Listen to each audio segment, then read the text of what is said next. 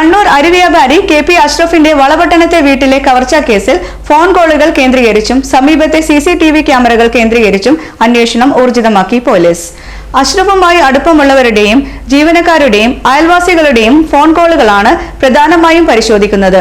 പ്രതികൾ സംസ്ഥാനം വിട്ടെന്ന നിഗമനത്തിലാണ് പോലീസ്. മുൻകൂട്ടി പദ്ധതി തയ്യാറാക്കിയുള്ള ആസൂത്രിത കവർച്ചയാണ് നടന്നതെന്നാണ് അന്വേഷണ സംഘത്തിന്റെ വിലയിരുത്തൽ.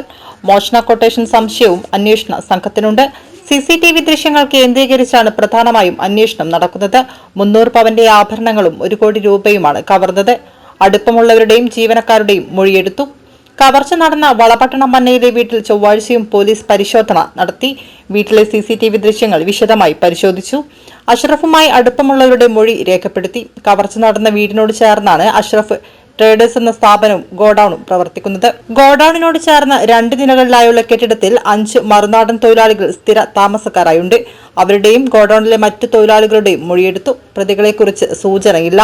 കവർച്ച നടന്ന വീട്ടിലെ സിസിടിവി ദൃശ്യം ചൊവ്വാഴ്ച വീണ്ടും പോലീസ് പരിശോധിച്ചു. കവർച്ചാ സംഘം എത്തിയത് മുഖമറച്ചാണെന്നാണ് പോലീസ് പറയുന്നത്. 2 പേർ മതിൽ ചാടിക്കടന്നതായും ഒരാൾ റോഡിന് സമീപം നിൽക്കുന്നതായും ദൃശ്യത്തിലുണ്ട്. പോലീസ് നായ മണം പിടിച്ചോടിയ റൂട്ടിൽ സിസിടിവി ഇല്ലാത്തത് അന്വേഷണത്തെ കുഴക്കുന്നുണ്ട്. 300 മീറ്ററോളം ദൂരത്തിൽ റെയിൽവേ ട്രാക്കിലൂടെ ഓടി വളപട്ടണം റെയിൽവേ സ്റ്റേഷനിൽ ചെന്നാണ് പോലീസ് നായ നിന്നത്. റെയിൽവേ സ്റ്റേഷനിലും സിസിടിവി ഇല്ലാത്തത് തിരിച്ചടിയായി.